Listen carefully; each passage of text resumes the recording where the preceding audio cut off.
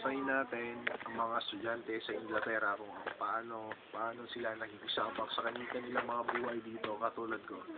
Ako isang hamak lamang na mahirap.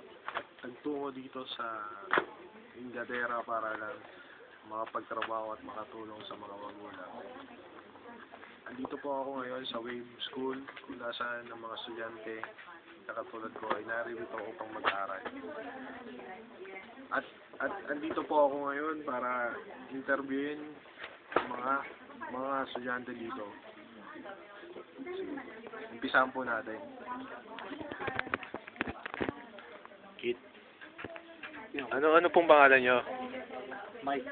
Mike. Enriquez.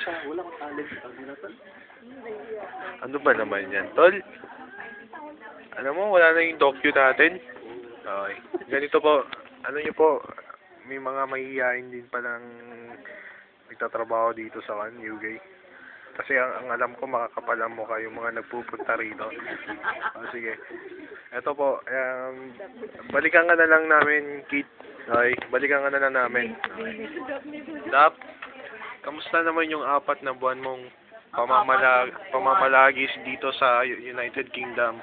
Feeling ko nasa Pilipinas pa rin ako. Bakit naman? Naghihirap pa rin. Naghihirap ang buhay.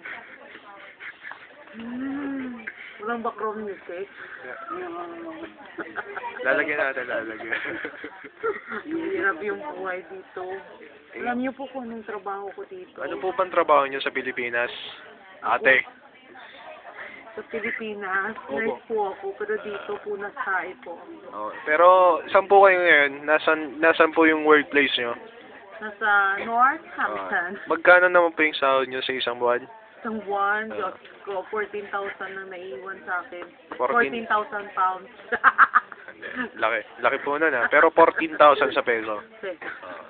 Pero nagkakasya naman po sa pang-araw-araw yung...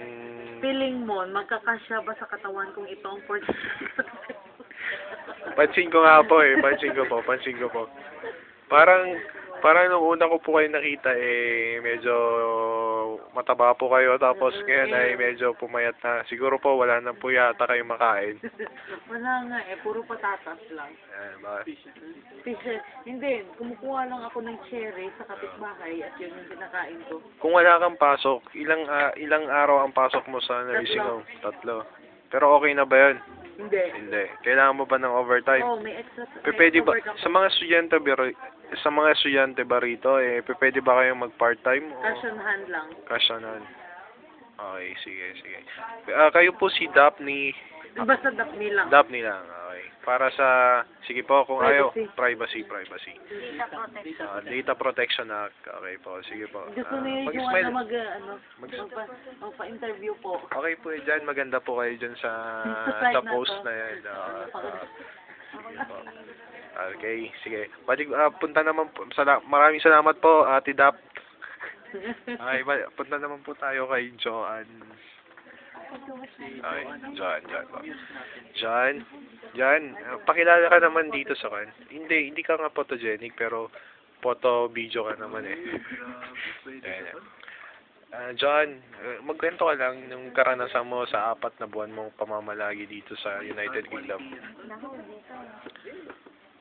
Wala akong problema dito, tingnan mo, nananaba. Oo nga. Ayan, aral ng aral. Ganito po kami dito sa United Kingdom. Kaya kung sino man po yung mga gustong pumunta po rito ay medyo mahirap po ang trabaho dito dahil aral trabaho. Huwag na kayong pumunta dito. Huwag na daw po kayong pumunta. Kami na lang dito. Makasarili. Hindi naman po kami makasarili. Hindi, sinasabi lang namin yung totoo dahil napakahirap po yung buhay dito. John, ano na naman ba? Sige.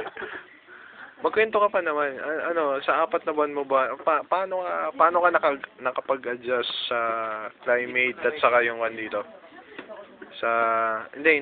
Yung climate at saka, di ba, sobrang lamig po dito dati. Pero ngayon po, summer na. Nilalamig pa rin ako. Kahit summer. Okay. So, hindi po kayo pwede dito sa winter. Oo nga. Okay. Sige po, balik na lang po kayo sa Pilipinas. Pero kamusta naman ang UK para sa'yo?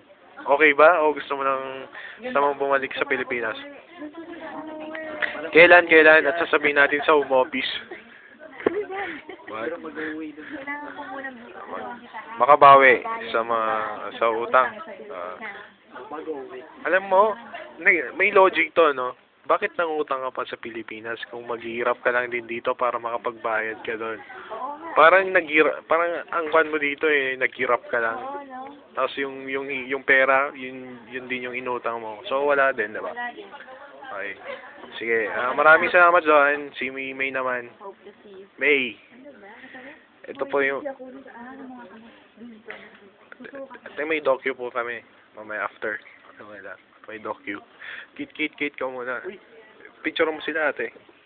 May docu. Gusto mo ganito na lang. Ikaw na lang si ate. Ate, 4 na buwan mo sa pamamalagi dito sa United Kingdom of Arab Emirates. Ay, hindi. Joke lang. Okay. Sige. Umpisan po natin. Sige. Okay. Magkwento na po kayo.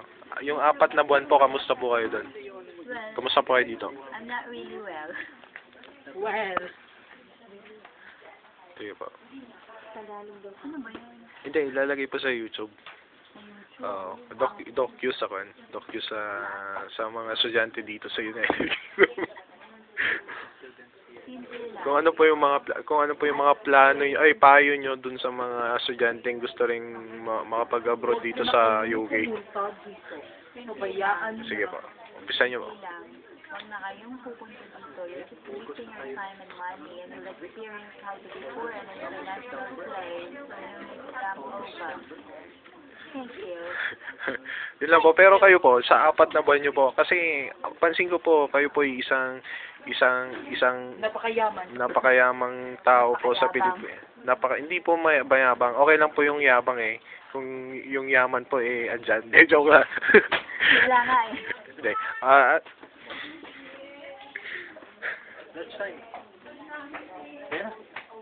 Sige ba.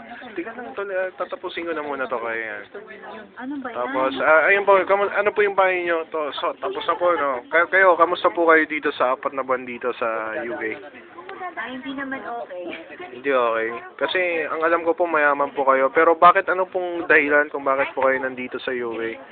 Simple. I wanna experience how to be an international beggar. Okay, good. So, so in short, mas mayaman pa tayo sa Pilipinas. Of course. Okay. Tama yan. In here, they can afford to buy Chanel earrings. Okay, good.